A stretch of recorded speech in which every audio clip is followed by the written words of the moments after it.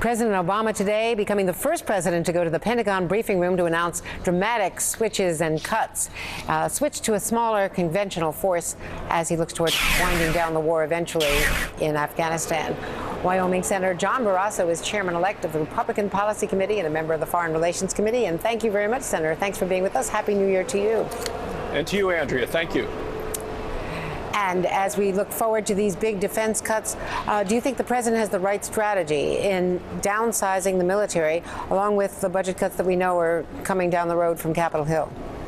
Well, I'm going to want to look at the specific details because, as we know, Andrea, the number one role and the responsibility of the United States is our national defense. So I want to make sure that we still have a strong national defense. But, you know, as they talked about this morning on Morning Joe, the biggest threat financially to our nation is health care costs, Medicare, Medicaid. And I believe that the president's health care law is making that worse and is going to lead us to bankruptcy. And as even the chairman of the Joint Chiefs of Staff has said, that the biggest threat to our national defense is that of the debt. It's our national debt that is killing us. So we need to take a look to make sure we're spending wisely all across the board. Military is part of it, but entitlements is a bigger part, Andrea. Well, we have military cuts being announced today at the same time as we have a new wave of bombings in Iraq. Does that concern you, that the withdrawal from Iraq has now been followed by a terrible month of bombings and now a wave again since yesterday of new suicide attacks? It does bother me quite a bit, Andrea, and the reason is that the president has ignored the advice of his military advisors, which was to keep from 10 to 15,000 troops in Iraq instead of withdrawing. Well, he didn't have that option. Everyone. The Iraqis wouldn't agree to it, Senator. Well, I believe that they would have agreed had the president actually pushed on that, and Maliki would have agreed to what's, called the structure of force agreement. We could have done that and could have kept those, and that was the advice of the military advisors. What the president said, however, is I'm going to keep a campaign promise instead of what's in the best interest of the national defense of the United States. I think it was an error on the part of the president. Of course, the president, the White House, believes it is in the best interest of the United States to get out of Iraq at this point. But let's talk about the campaign.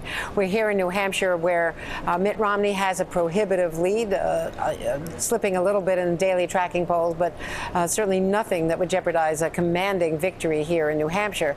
Does that make him basically the nominee? Well, and there's still going to be spirited debates and discussions, and whoever the nominee of the Republican Party is, Andrea, that person is going to have full support across the country because right now only 20% of the American people believe the country is headed in the right direction.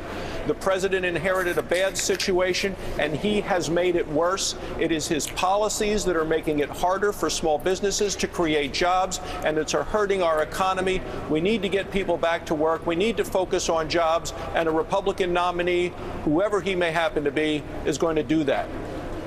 Well, who are you going to support, and why haven't you endorsed yet, unless you have in the last day that I am not aware of?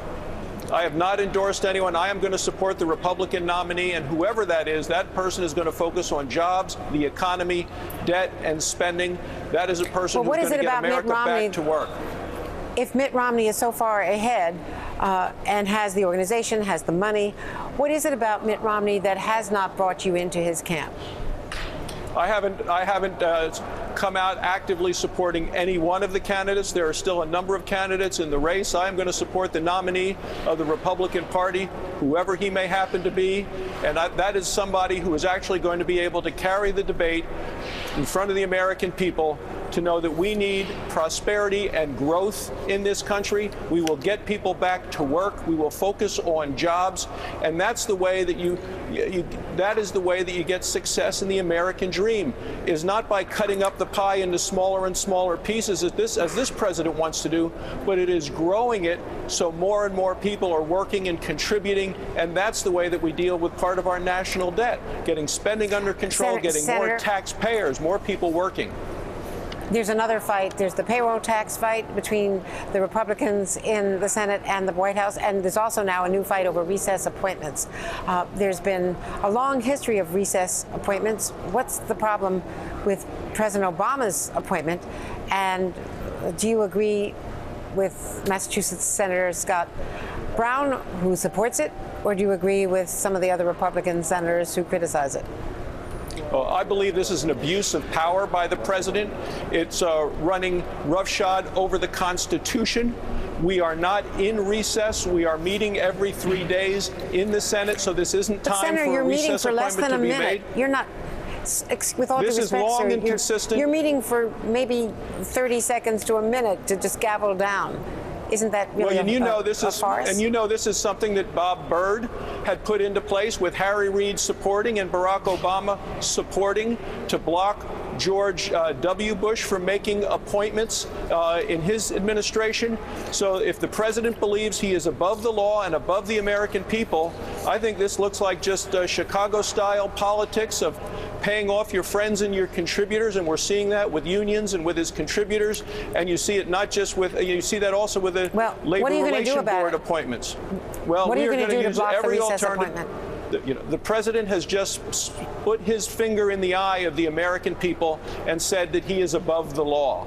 And Republicans will meet and use every alternative to prevent this from happening again with this president. Thank you very much, Senator Barrasso from Wyoming, from Washington today.